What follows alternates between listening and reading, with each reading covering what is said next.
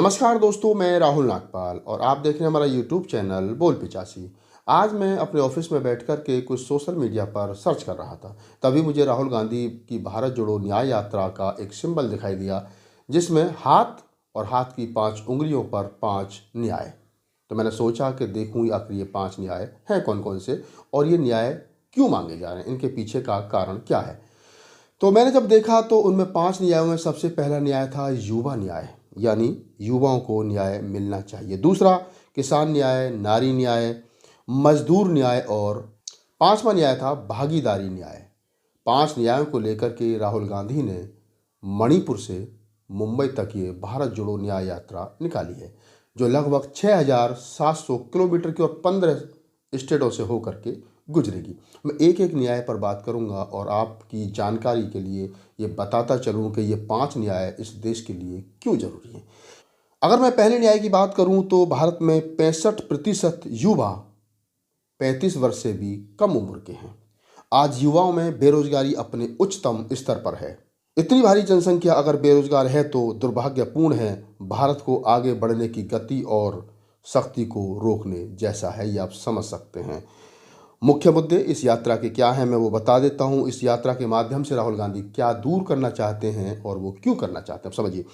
बेरोजगारी मुख्य मुद्दा है, युवा आत्महत्या मुख्य मुद्दा है। आपने देखा होगा जिस प्रकार से युवा रोजगार ना मिलने के कारण आत्महत्या कर रहा है, पढ़ने लिखने के बाद में नौकरी ना मिलने के कारण, घर वालों के ताने, तमाम रिश्तेदारों के ताने मिलने के कारण वो आत्महत्या कर रहा है। तीसरा, सरकारी कार्यालयों में जो खाली पद पड़े हैं, ये मुद्दा है, ये भरे जाने चाहिए, राहुल गांधी ये कह रहे हैं।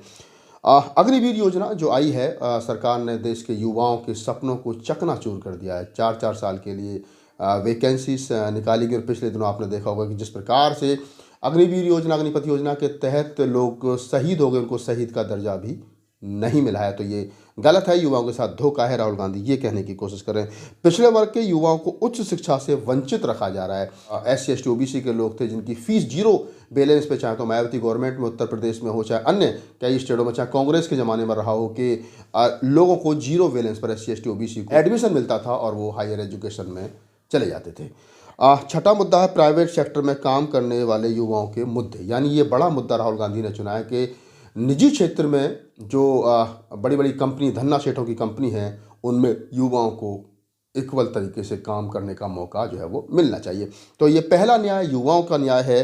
और मैं दूसरा न्याय किसानों का न्याय, मैं इस पर बात कर लेता हूँ। ग्रामीण भारत, यानी भारत को हमेशा से कहा जाता है कि भारत एक कृषि प्रधान देश है, लेकिन कृषि प्रधान देश में कि लगभग 70% आबादी आज भी कृषि पर डिपेंड करती है और 70% से ज़्यादा हिस्सा ऐसा है जहां किसानी का काम किया जाता है। करोड़ों लोग जो है वो कृषि करके अपना जीवन यापन करते हैं और देश को भोजन देते हैं, रोटी देते हैं। एक समय था कि जब देश आज़ाद हुआ था तो लोगों के पास खाने के लिए रोटियां नहीं थी, अनाज भी विदेशों से मंगाया जाता था। और वही फिर एक दौर आया कि हरित क्रांति हुई, तो भारत में आज की तारीख में भारत ऐसा देश है कि जिसने कुछ ही समय में आज भारत दूसरे देशों को अनाज जो है वो सप्लाई करता है।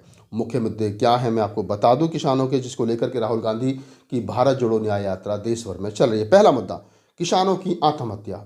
आप देखेंगे कि किसान जिस प्रकार से कर्ज में डूब करके या फसल के बर्बाद होने पर उसको उचित जो है वो MSP का रेट नहीं मिलने के कारण, फसल के बर्बाद होने के बाद में उसको कोई ऐसी सुविधा सरकार की तरफ से नहीं दी जाती है जिससे कि उसका घाटा पूरा हो सके, जिसके चलते लगभग प्रतिदिन 51 किसान आत्महत्या कर लेते हैं। तो ये विचारणीय प्रश्न है। दूसरा मुद्दा है MSP, न्यूनतम समर्थन मूल्य जो है वो लागू होना चाहिए, जिसके लिए किसान पिछले 13 महीने तक रोड पर बैठे रहे थे और उसके बाद में जो सरकार 3 काले कानून लाई थी, उनको सरकार ने पीछे लिया था, पीछे कदम हटाया था। राकेश टिकैत उसके बड़े नेता थे और राकेश टिकैत के नेतृत्व में वो लड़ाई लड़ी गई थी।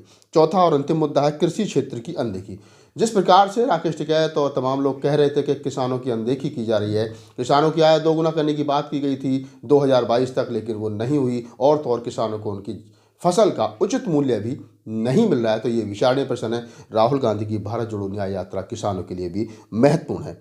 तीसरा जो न्याय है वो है नारी न्याय। ये महत्वपूर्ण है क्योंकि देश की आधी आबादी महिलाएं, जिनकी लड़ाई डॉक्टर अम्बेडकर ने लड़ी और जिनके लिए डॉक्टर अम्बेडकर ने हिंदू कोड बिल ला करके उस समय पंडित नेहरू से वो टकरा गए थे। उन्होंने कहा था कि नहीं, इस देश की आधी आबादी महिलाओं को न्याय मिलना चाहिए। तो वो न्याय आज कांग्रेस की तरफ से निकाले जाने वाली राहुल गांधी के द्वारा भारत जोड़ो न्याय यात्रा का तीसरा मुख्य मुद्दा बन गया। और वो न्याय क्या है? इसमें लिखा गया है कि तू आशा है, तू उम्मीद है, तू रोशनी है, तू जिद है, तू क्रांति है, सलाम तुझे, तू देश की शान है, तू नारी शक्ति है। ये महिलाओं के लिए तमाम शब्द इस्तेमाल किए जाते हैं। कौन कौन से मुद्दे हैं, जरा मैं आपकी नज़र में उन मुद्दों को भी ले आता हूँ। महिलाओं के खिलाफ अपराध। आप देख रहे हैं कि भारत में जिस प्रकार से छोटी छोटी बच्चियों के साथ में बलात्कार और रोज की आए दिन की अप्रिय घटना, जिससे मानवता शर्मसार हो जाती है, मनीषा वाल्मीकि गैंगरेप हत्याकांड हो या फिर निर्भया गैंगरेप हत्याकांड हो, तमाम वो मुद्दे जहां पर मानवता शर्मसार हुई, और तो ऐसे मुद्दों को भी इसमें मुद्दा बनाया गया, महिलाओं के खिलाफ अपराध। दूसरा मुद्दा है महिला सांसदीय प्रतिनिधि।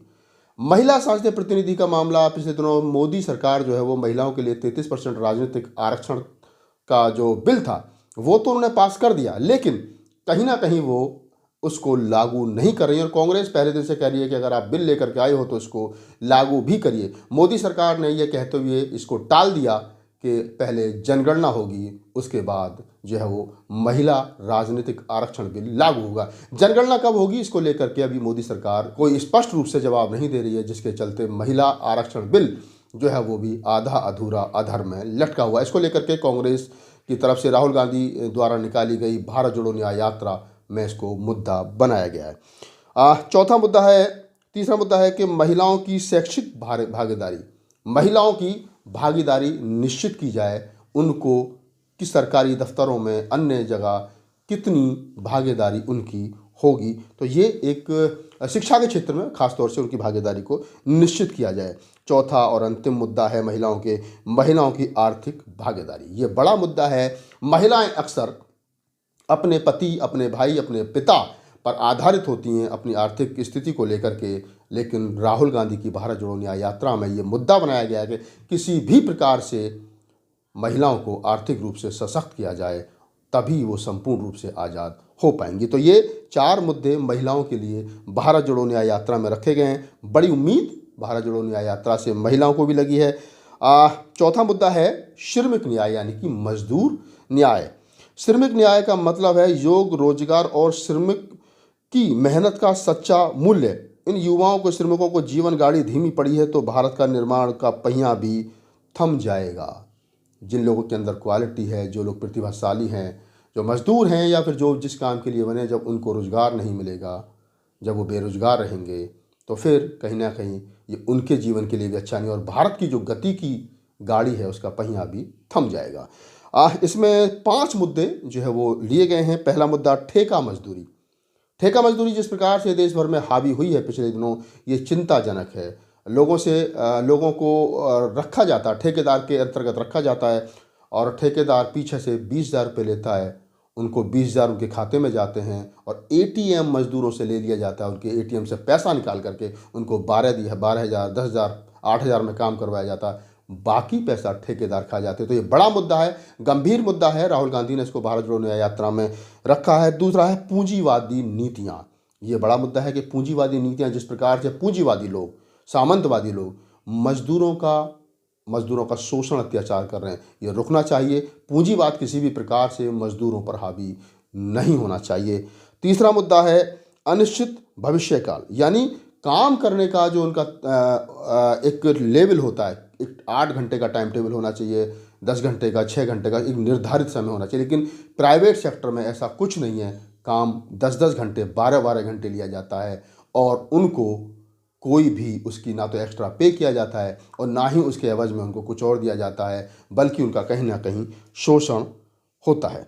चौथा मुद्दा है घटता रोजगार। ये बड़ा मुद्दा है। जिस प्रकार से पिछले दिनों रोजगारों में कमी आई है और रोजगार घट रहे हैं, देश की आबादी जिस प्रकार से बड़ी है और रोजगार सरकार मुहैया नहीं करा पा रही है, जबकि सरकार का वादा था कि 2 करोड़ रोजगार हम हर साल देंगे। लेकिन मुझे नहीं लगता है कि जब से मोदी सरकार आई है तब से पूरे 10 साल में भी 2 करोड़ रोजगार लोगों को मिले होंगे या मिल पाए हैं।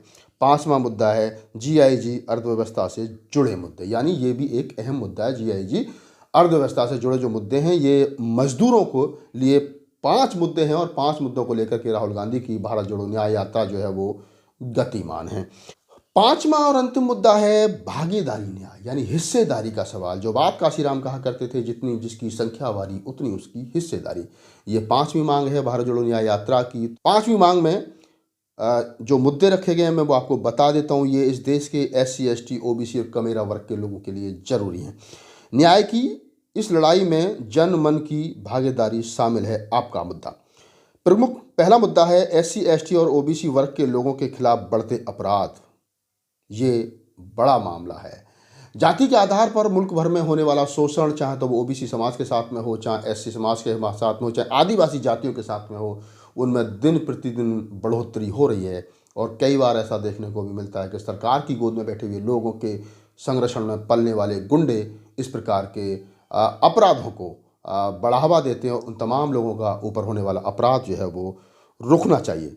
जातिगत जनगणना भारत जोड़ो न्याय यात्रा में पहले दिन से ये मुद्दा हावी है और राहुल गांधी हमेशा से कह रहे हैं कि जातिगत जनगणना करवाइए। भारत का एक्सरे होना चाहिए। भारत का एक्सरे होगा तो पता चलेगा कि किसके पास कितने संसाधन हैं, और जो लोग अभी तक आज़ादी के 75 साल के बाद में तमाम जरूरी चीज़ों से वंचित हैं उनको मूल धारा में शामिल करने के लिए सरकार कुछ ठोस कदम उठाए।